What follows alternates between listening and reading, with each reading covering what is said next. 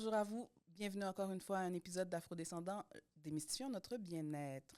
Aujourd'hui, nous avons avec nous un superbe invité qui a partagé de son expérience de vie, qui a partagé de sa perception de l'identité d'être un homme noir.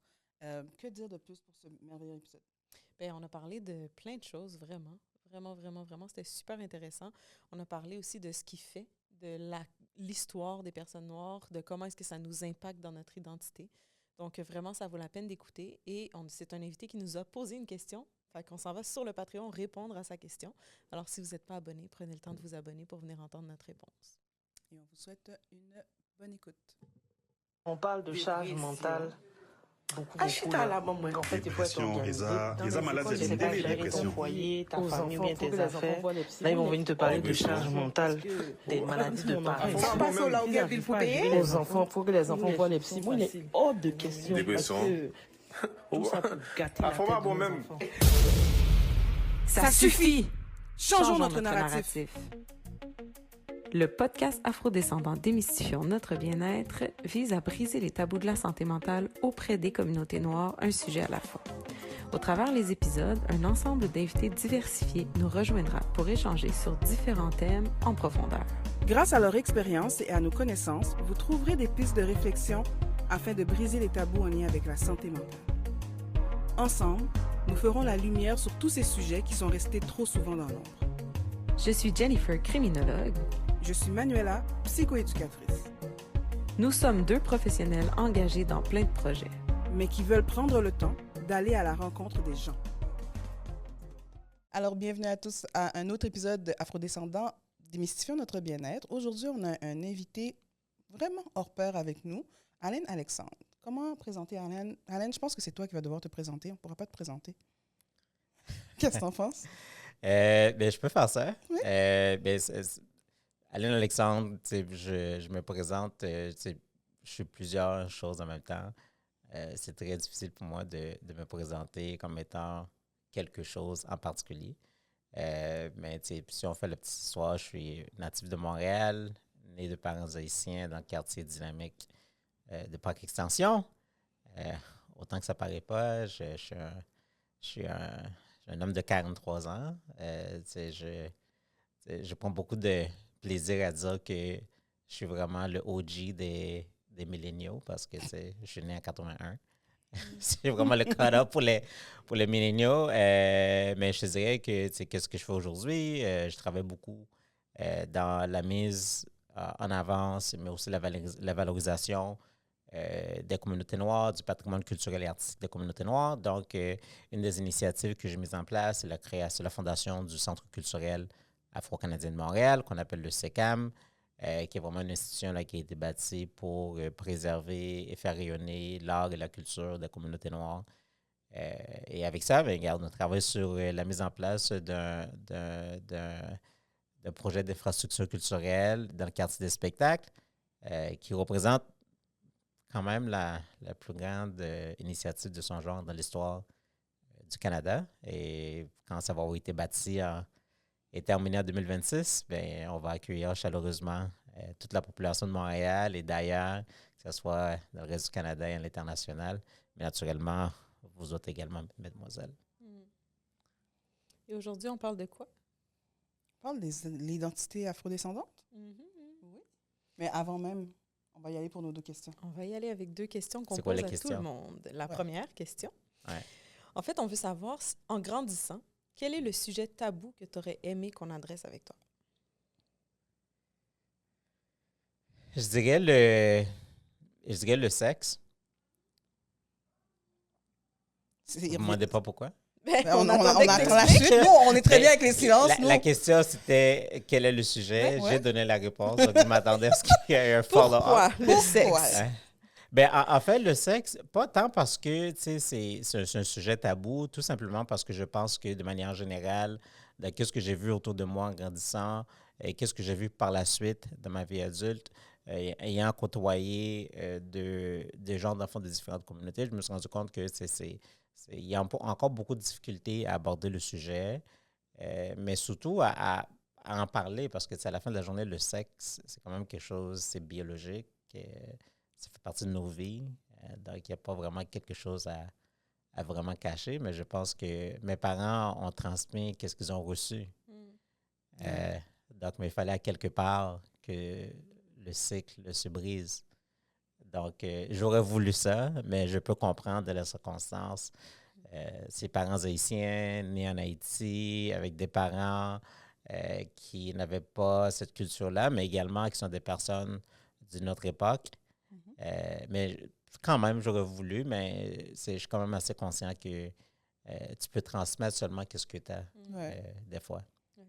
Mais c'est un sujet qui revient souvent, en fait, que les gens disent la sexualité. Et je pense que c'est aussi un sujet inépuisable parce que je pense qu'il n'y a pas un être humain au monde qui n'est pas curieux par rapport à la sexualité. C'est quelque chose qui, comme la santé mentale ou la santé physique, on en a une. Mais la comprendre et tout ça, ben, c'est des choses qui ne nous sont pas apprises puis qu'on s'attend à ce que ce soit acquis à un moment donné. Mais je pense qu'il y a aussi la présomption que peut-être que parce que ça fait partie de notre corps, c'est quelque chose qu'on connaît, donc il n'y a pas un besoin d'en parler. Je ne sais pas, mais on sait que le sexe et la sexualité, c'est vraiment des sujets qui sont tellement beaucoup plus complexes que ça. Là. Il y a des construits qui viennent avec ça, il y a une dimension psychologique. Ça peut être tellement de choses que juste l'acte comme tel ou genre la dimension physique de la chose. Fait que c'est très, très, très, très, très, très complexe. Et la deuxième question qu'on pose à tout le monde, c'est à quel moment as-tu réalisé que tu avais une santé mentale et qu'il fallait en prendre soin? À quel moment j'ai réalisé que j'avais une santé mentale? Ça fait très longtemps. À quel moment je me suis rendu compte qu'il fallait que j'en prenne soin? Je ne pense pas que c'est jamais arrivé. Pour la première partie, c'est parce que je vis avec une mère qui, très tôt dans sa vie, a été diagnosticée avec des enjeux de santé mentale qui l'ont carrément, dans le fond, empêché de travailler à un très jeune âge. Ma mère a dû arrêter de travailler à l'âge de 32 ans parce que c'était pas... elle ne pouvait juste pas continuer parce que c'était tellement sévère. Donc, j'ai quand même grandi dans un milieu où j'avais quand même quelqu'un que j'aime beaucoup, quelqu'un qui a travaillé beaucoup fort, très, très fort pour élever une famille de 8 enfants, 4 biologiques, 4 adoptés, mais également qui travaillait pour envoyer mon père à l'école pour faire ses études alors que mon père ne travaillait pas, mais qui vivait en plus avec la santé mentale. Donc, tu peux comprendre que quand ça a pété vraiment fort. Donc, tu sais, j'ai grandi avec ça. Ma mère a aujourd'hui 72 ans, en fait. Et donc, c'est quelque chose qui a pas mal fait partie de ma vie. Donc, je dirais qu'il y a toujours une sensibilité de mon côté par rapport à la réalité de la santé mentale. À quel point est-ce que moi, j'ai vraiment pensé à ça? Puis j'ai décidé, dans le fond, qu'il fallait en prendre soin. Ça, c'est autre chose. Je ne sais pas. C'est peut-être parce que c'est tellement ma réalité que j'ai comme intériorisé ça et que les actions, les actes que j'ai posés dans ma vie ont automatiquement pris en considération cet élément-là. Donc, peut-être que c'est déjà intégré dans ma façon de faire les choses, puis je ne m'en rends pas compte. Mais si je te dis, il y a eu un déclic à un moment donné, il fallait que je fasse ça, non, ça ne s'est jamais arrivé. Super intéressant.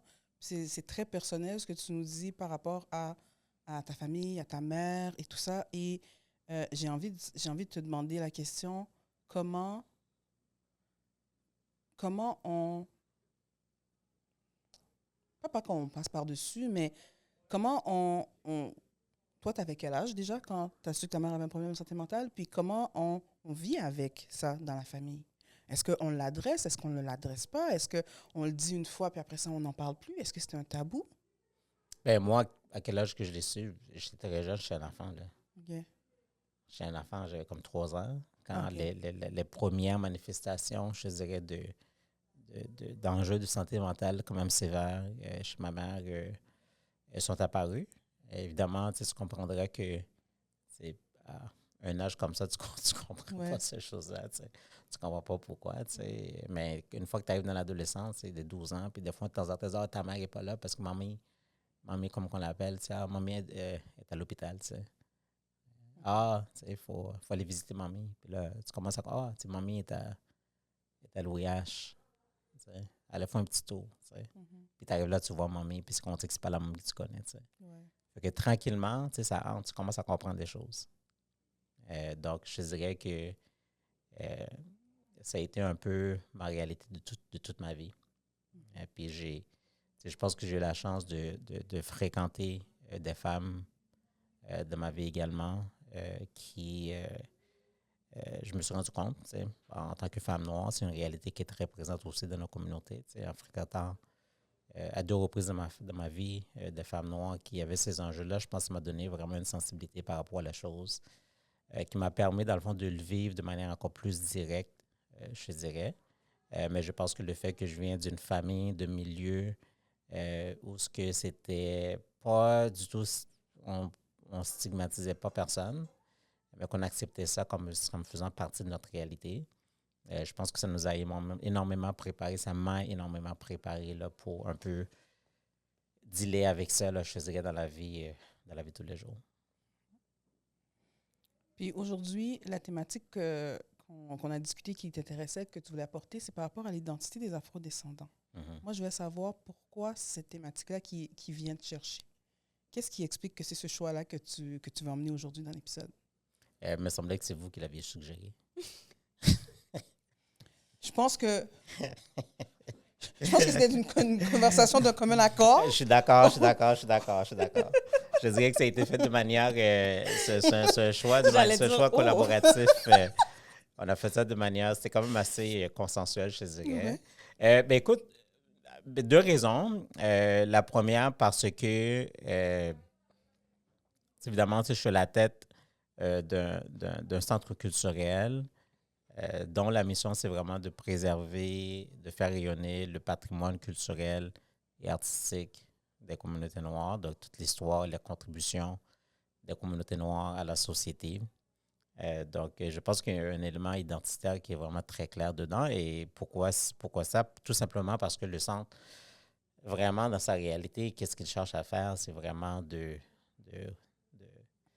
projeter un narratif par rapport aux communautés noires qui est beaucoup plus exact et axé dans leur réalité que qu'est-ce qui a été fait auparavant.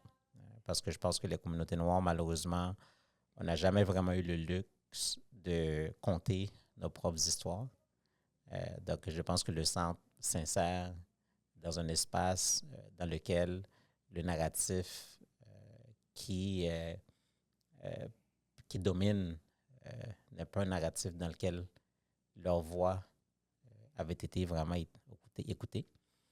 Donc, je pense qu'il y a un élément identitaire qui est vraiment très clair dedans. Puis, deuxième raison, tout simplement parce que, je pense que, j'ai beaucoup struggle, si tu veux, avec mon identité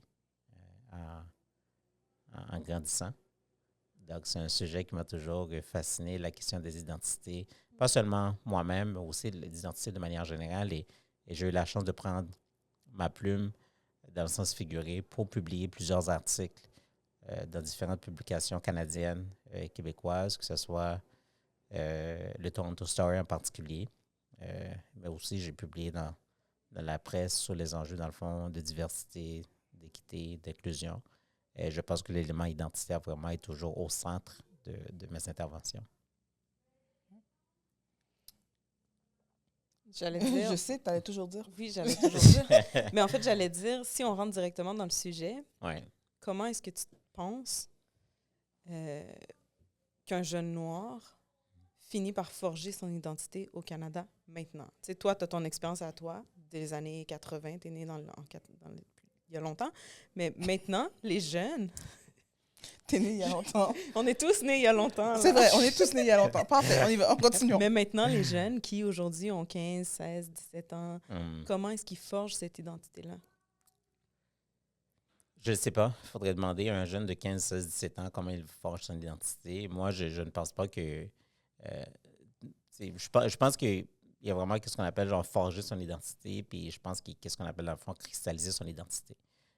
Je pense que mon identité a été forgée un peu dans le creuset de l'environnement dans lequel j'ai grandi, avec les parents. Donc, parce que d'une certaine mesure, tu es le produit de l'environnement dans lequel tu es né, que tu as grandi. Mais à part de ça, mais aussi toutes sortes de forces externes aussi là, qui viennent impacté un peu ta notion d'identité parce que je pense que l'identité, ça se vit sur deux côtés. Il y a vraiment qu'est-ce que tu crois que tu es. Il y a qu'est-ce que les autres veulent que tu sois. Mhm. Puis je pense que la vraie identité, à quelque part, c'est vraiment être capable de trouver l'équilibre entre ces deux-là. Ou surtout, dans le fond, de choisir l'un des deux. C'est peu importe ce que tu choisis ou peu importe l'approche que tu prends, éventuellement, il faut que tu fasses un choix, puis il faut que ce soit vraiment quelque chose de très réfléchi. Donc, moi, mon identité, comme j'ai dit tantôt, j'ai un peu struggle avec ça. Je suis né à Montréal à l'âge de très, très jeune. Mes parents sont déménagés en Ontario. J'ai grandi sur une ferme pendant plusieurs années, dans un milieu qui était complètement anglophone et blanc, parce qu'il n'y avait personne qui me ressemblait. Puis, drôlement, je me rappelle, j'avais peut-être 6 ans. On quittait à la région de St. Catharines, à Toronto, dans le fond, pour partir en Floride pour aller visiter mon oncle qui habitait là. Puis on a des années, on est peut-être en 86 ou 87, si je ne me trompe pas. Puis on arrive à l'aéroport. Puis, à un moment donné, on est en ligne. Puis il y a un groupe de personnes, de Noirs, dans le fond, que je vois, dans le fond, de loin. T'sais. Puis pendant que je suis avec mes parents, je crie vraiment, vraiment, vraiment fort pour dire Mom, Dad, look at the brown people. Puis je vous dis ça tout simplement parce que tu peux comprendre, dans le fond, un jeune homme de 5-6 ans dans un milieu qui est complètement blanc, sur une ferme, avec des chevaux et des poules et des trucs comme ça, qui arrivent, qui ne voient rien qui voient autour de lui, genre rien que des personnes qui ne lui ressemblent nécessairement pas. Fait que c'est clair pour moi, quelqu'un qui n'était pas... Qu'est-ce que je vois autour de moi, automatiquement, était perçu comme étant un étranger. Donc, fait que la notion de comprendre que ces personnes-là, c'est des personnes qui me ressemblaient, j'avais pas ça parce que je n'étais pas vraiment exposé à ça. Puis, quand j'avais 9 ans, mes parents sont déménagés en Haïti. Je suis arrivé là-bas, donc j'ai appris l'anglais comme étant ma première langue. On est arrivé en Haïti. Mes parents sont déménagés là-bas parce que mon père était très impliqué en politique. Ma mère, naturellement, un peu suivi mon père un peu parce qu'elle croyait vraiment dans ses rêves à lui, dans ses ambitions, parce que mon père voulait vraiment, absolument aider à transformer son pays, changer Haïti. Donc, quand les Duvalier sont tombés en 86, à la fin des années 80, mes parents sont retournés en Haïti. Mon père est devenu directeur national de la campagne de Jean-Bertrand Aristide, qui par la suite est devenu le premier président démocratiquement élu en Haïti. Donc, j'ai passé plusieurs années en Haïti. Fait que la deuxième langue que j'ai apprise vraiment en théorie, c'est le créole. Mais j'ai appris le français pendant que j'étais en Haïti. Puis je retourne à Montréal, chez moi, où est-ce que je suis né, où est-ce que j'ai toute la famille et tout. Puis j'arrive ici, puis comme si je chantais que je ne fitais pas du tout. Jeune Haïtien, appris l'anglais en premier, grandi dans un environnement genre, qui n'est pas urbain, avec des gens qui ne ressemblaient pas du tout. Ils ne sont pas des francophones, ils sont des anglophones. Puis il s'en va en Haïti. Mais en Haïti aussi, il est perçu comme étant un étranger. Donc lui aussi, il se fait exclure quand il arrive en Haïti. Puis il revient chez lui, ou ce qu'il pensait que c'est chez lui, mais aussi il se fait exclure dans ce milieu-là. Fait que tu peux comprendre, c'est beaucoup de chamboulements pour un jeune à vivre, genre, jusqu'à l'âge de 15 ans. C'est à 15 ans que tu reviens à Montréal? 15 ans que je reviens à Montréal. OK. C'est beaucoup, beaucoup de choses. Mais aussi, ça a été aussi le plus grand privilège de ma vie. C'est le fait d'avoir vécu tout ça. J'ai pas un parcours qui était linéaire, mais pas du tout. Donc, j'ai été exposé à toutes sortes de personnes, à toutes sortes de choses. J'ai été exclu par tout le monde. J'ai jamais fité dans la boîte de personnes. Puis c'est devenu ma force par la suite également, parce que ça m'a permis, dans le fond, de naviguer, peu importe le milieu dans lequel je me trouvais. Ça m'a permis, dans le fond, d'apprendre l'art du compromis, mais aussi à voir les autres pour qui ils sont, sans jugement, puis les accepter pour qui ils sont. Parce que j'ai souvent été la personne qui avait été exclue.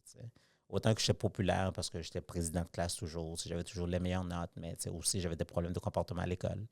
Je jouais des équipes de sport. J'avais tout ça en même temps.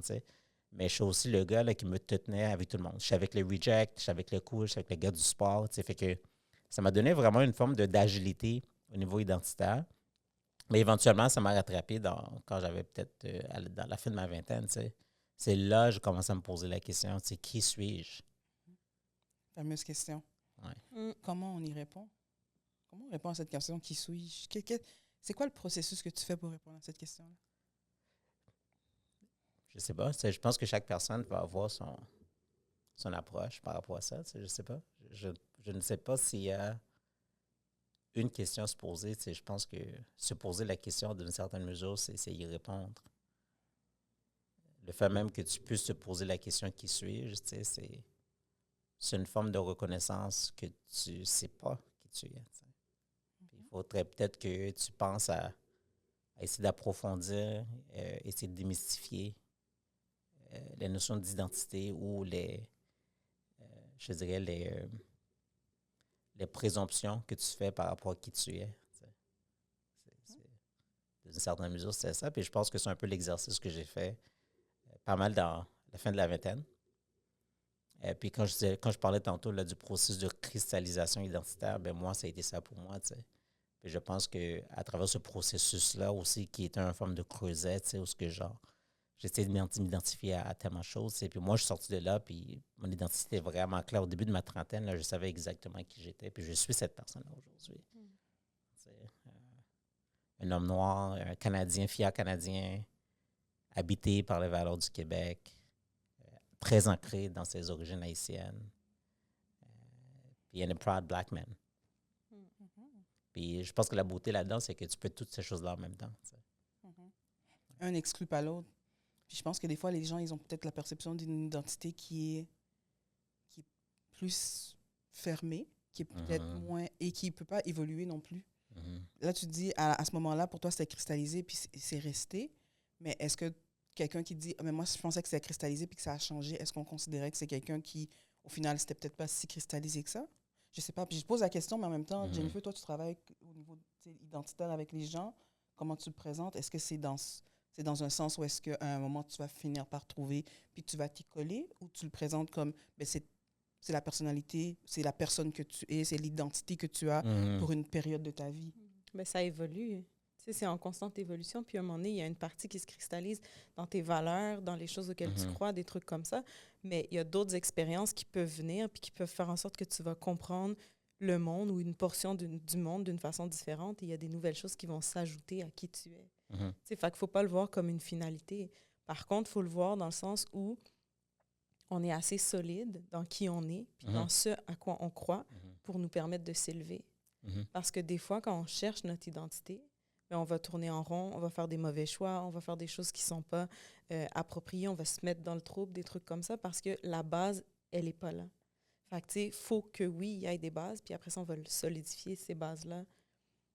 Plus le temps va avancer, mais il faut qu'on soit capable de poser les bases, parce que sinon, ça part dans tous les sens. Puis, tu sais, quand je posais la question un peu tout à l'heure par rapport aux jeunes, c'est parce que je juge que nous, en tant qu'adultes de la communauté, on a aussi un impact dans qu'est-ce qu'on projette aux autres. Tu sais, j'entendais parler de ton projet qui met de l'avant là, toutes ce qui touche le côté artistique dans les communautés, etc.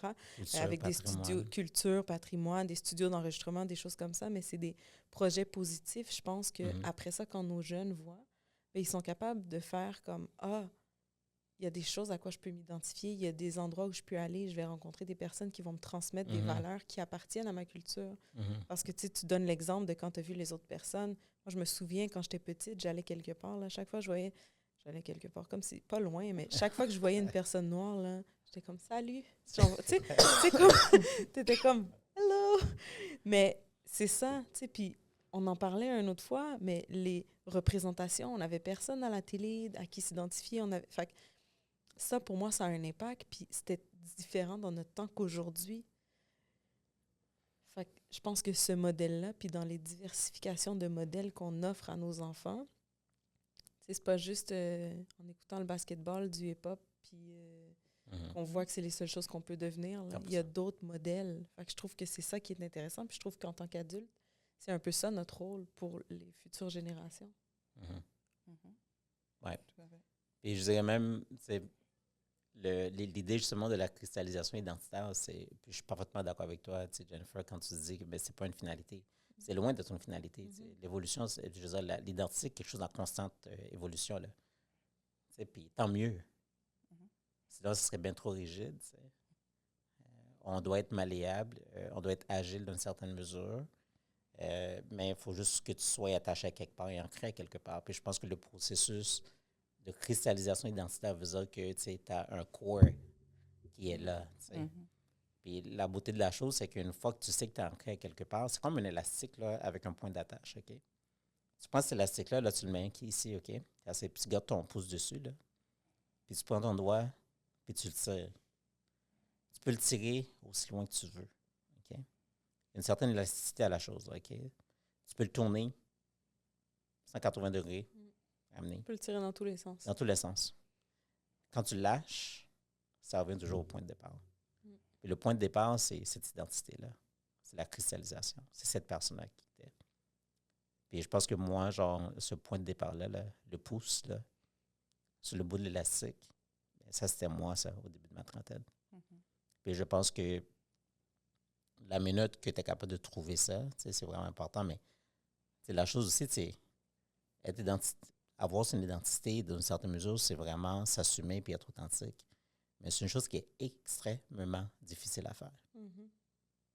Extrêmement difficile à faire. C'est quasiment, dans une certaine mesure, c'est un peu radical que de s'affirmer et de s'accepter.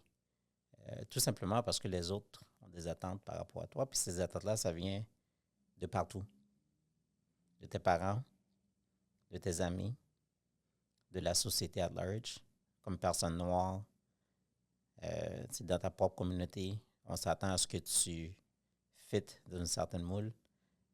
Comme Québécois, ou Canadien, on s'attend également que tu fites dans ce moule-là, que tu parles d'une certaine manière, que tes référents culturels soient vraiment spécifiques à quelque chose. Sinon, tu es vu comme étant étranger. T'sais. Puis s'assumer, de dire voilà qui je suis, c'est très difficile à faire. Donc, je peux comprendre pourquoi il y a beaucoup de monde qui passe toute une vie à chercher à être quelque chose, tout simplement parce que c'est difficile d'être soi-même. Puis je pense que c'est beaucoup plus facile d'assumer une identité qui n'est pas la tienne que de dire que voilà qui je suis, puis je m'affirme comme cette personne-là.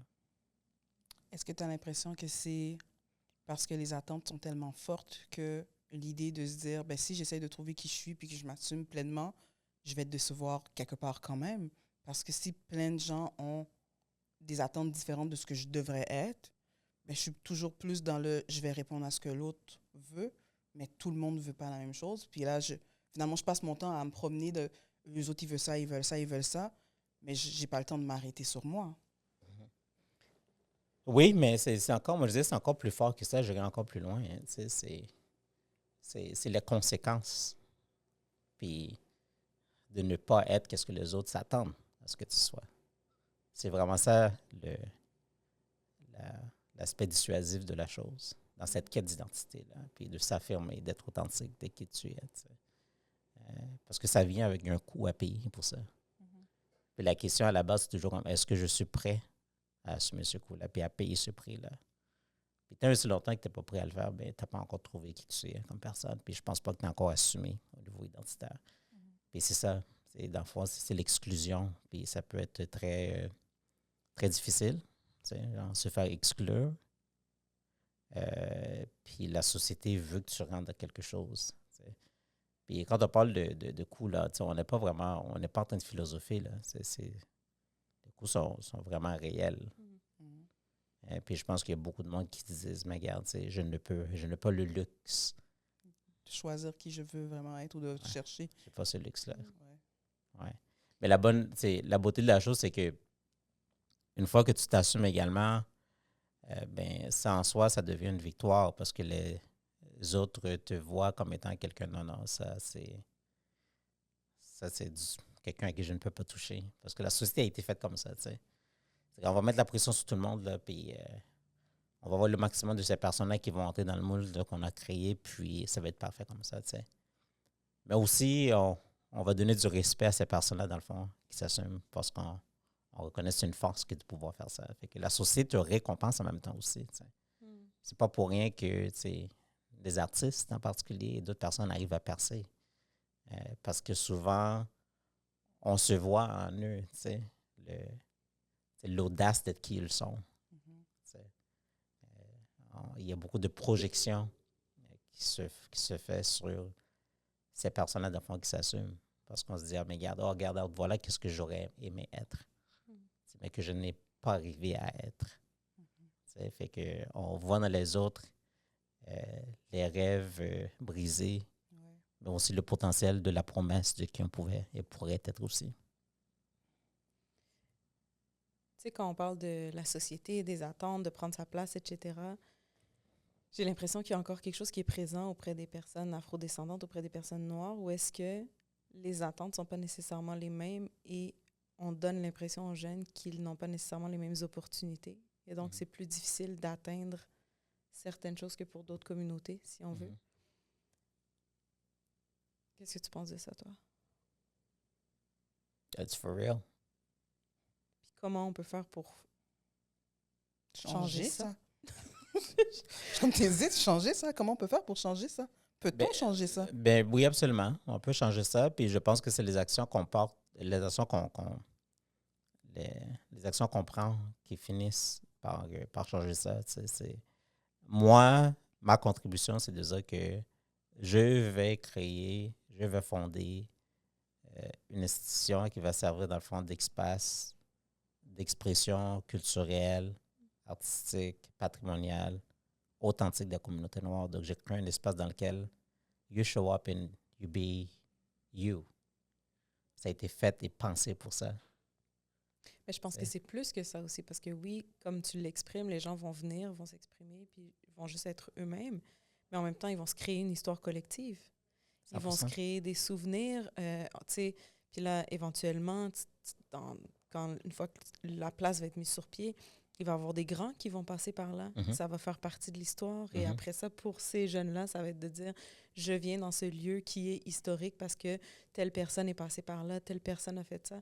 Fait que je pense que dans la mémoire collective, on l'a vu avec les populations autochtones, les cours d'histoire, etc., il y a une partie où est-ce qu'il faut reclaim l'histoire, puis 100%. être capable de comprendre d'où on vient pour savoir un peu où on va. Puis je pense que le centre que tu as créé va servir, entre autres, à ça. C'est exactement ça. Et puis je pense qu'honnêtement, c'est la base de tout aussi.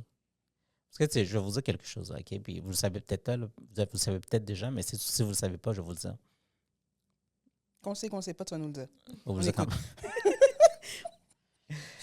Montréal, en ce moment, si je vous demandais, OK, comme ça, là, c'est quoi la ville canadienne, puis sûrement vous savez déjà c'est quoi la réponse, c'est quoi la ville canadienne avec la plus grande population, la plus grande concentration de population noire?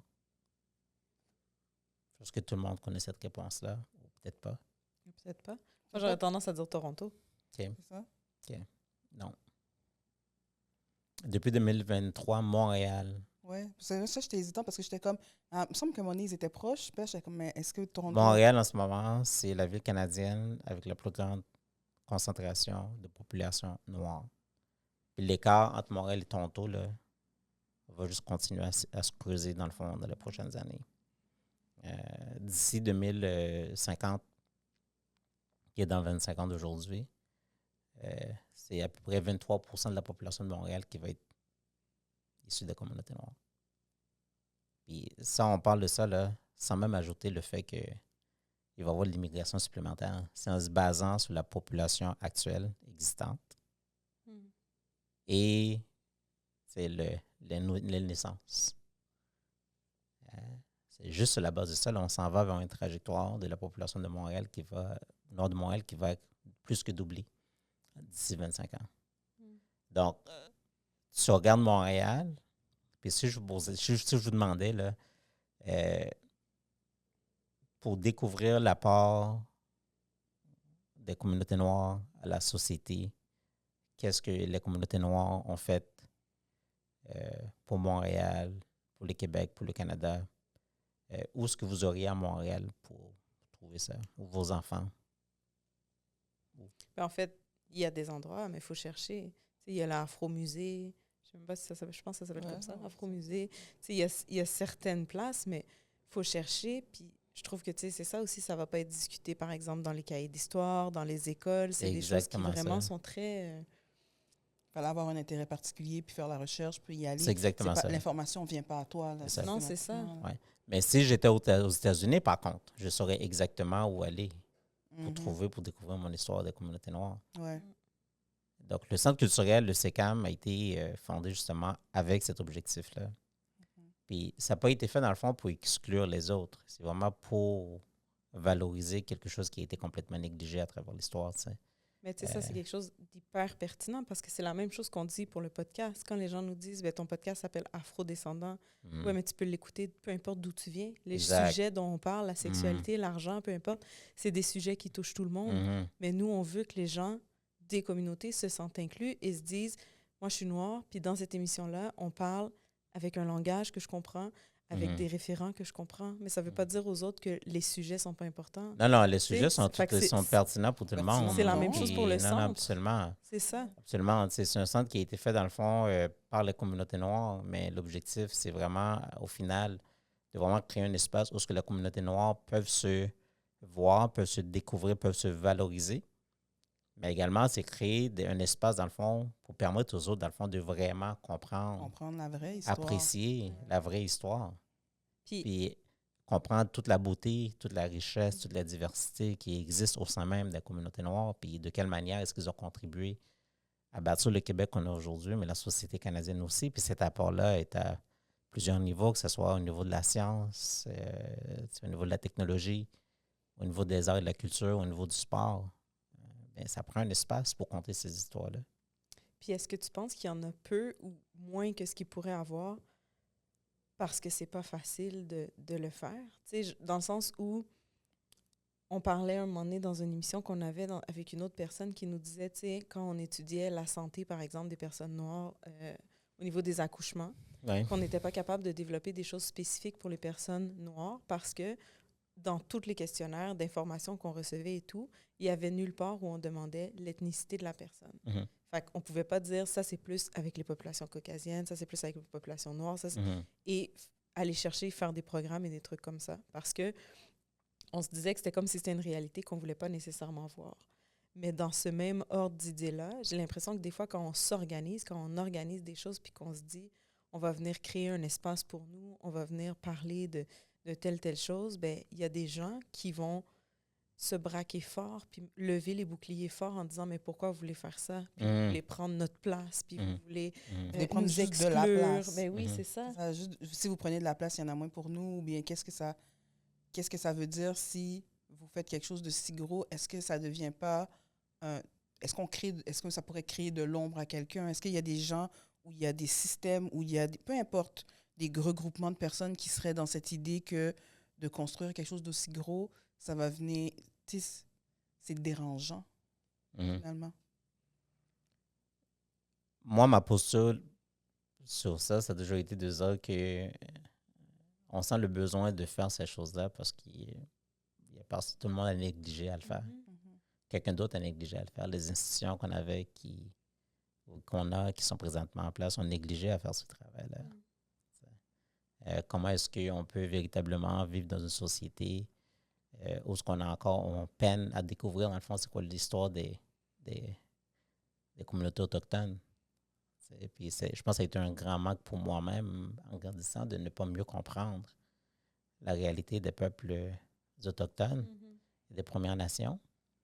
J'ai dû moi-même aller faire de la recherche pour comprendre, pour découvrir, pour apprécier, pour développer de l'empathie. Parce que nos institutions, à quelque part, ont failli de leur mission de conter ces histoires-là. Et puis, je peux comprendre pourquoi, parce que c'était pas une histoire qui était particulièrement glorieuse et reluisante. On veut cacher le lait. On veut cacher le lait. À un moment donné, il faut tirer sur le Band-Aid. Puis, je pense qu'on vit dans des temps où les gens sont prêts à accepter le passé. Puis je pense qu'accepter le passé, c'est un signe de courage et non de faiblesse. De reconnaître que tout n'a pas été parfait, dans le fond, de développer ce type de vulnérabilité, je pense que c'est de la force, et non l'inverse.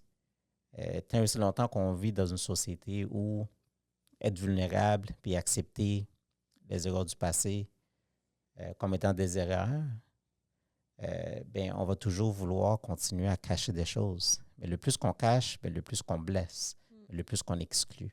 Mais le plus également, ce qu'on pousse d'autres communautés, d'autres groupes à vouloir dire, mais moi, je vais faire ma propre chose. Parce que tu n'as pas pris le temps, tu n'as pas pensé à moi quand tu faisais les choses, alors que moi, je fais partie de cette histoire-là. Fait que créer des institutions comme ça, telles que le SECAM, je pense que ça enrichit notre vie collective en tant que société plus qu'autre chose. Moi, pour ma part, ma génération, quand j'allais au secondaire, j'en avais beaucoup de gars, de filles qui étaient issus de la communauté haïtienne, mais la plupart, dans le fond, ils ne parlaient pas créole, là, parce que les parents ils disaient non, tu ne parles pas créole, parce qu'on les forçait à entrer dans le fond dans un moule, parce que la société les acceptait seulement si ils étaient vus comme étant avoir rejeté leur culture, leurs origines, leurs racines. Ils voulaient les assimiler, c'était un peu la même assimilation. C'est une forme d'assimilation.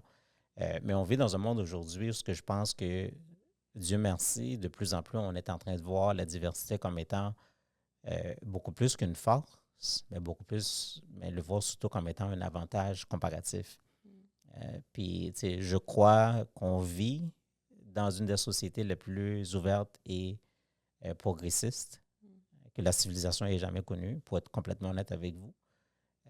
Mais je pense qu'il y a encore énormément de travail à faire. Je pense qu'il y a tout un contexte politique aussi où est-ce qu'on protège un peu ce qu'on a, quand on se compare à d'autres villes canadiennes, d'autres trucs comme ça. J'ai fait un voyage dernièrement, j'étais à Toronto, puis je regardais juste la diversité dans les postes de radio, que toutes les cultures avaient leur chaîne de radio, que il y a des choses où est-ce qu'on dirait que parce que les Québécois aussi, étant le seul peuple francophone à travers le Canada, ont cette envie de préserver leur français, de préserver leur culture, ils sont encore plus frileux par rapport à l'autre, alors qu'ils pourraient s'en nourrir grandement. 100%, puis pour être complètement honnête, là, c'est tout à fait légitime aussi comme comportement. Hein. C'est que de vouloir se protéger, là, être le seul dans un continent comme ça, là, le réflexe, c'est de vouloir se protéger. Mais je pense que dans ce désir de protéger, ça requiert une certaine sensibilité également par rapport à la réalité, de se dire que oui, on essaie de protéger, mais en protégeant puis en essayant de trop protéger, on peut finir justement par créer les mêmes dynamiques, dans le fond, qui nous ont mis dans la position ou dans la perception d'exclusion dans laquelle on se trouve aujourd'hui. Puis finir par fomenter un environnement et des dynamiques qui vont finir éventuellement par créer plus de division et d'exclusion à l'intérieur de la société et rendre la cohésion sociale complètement impossible.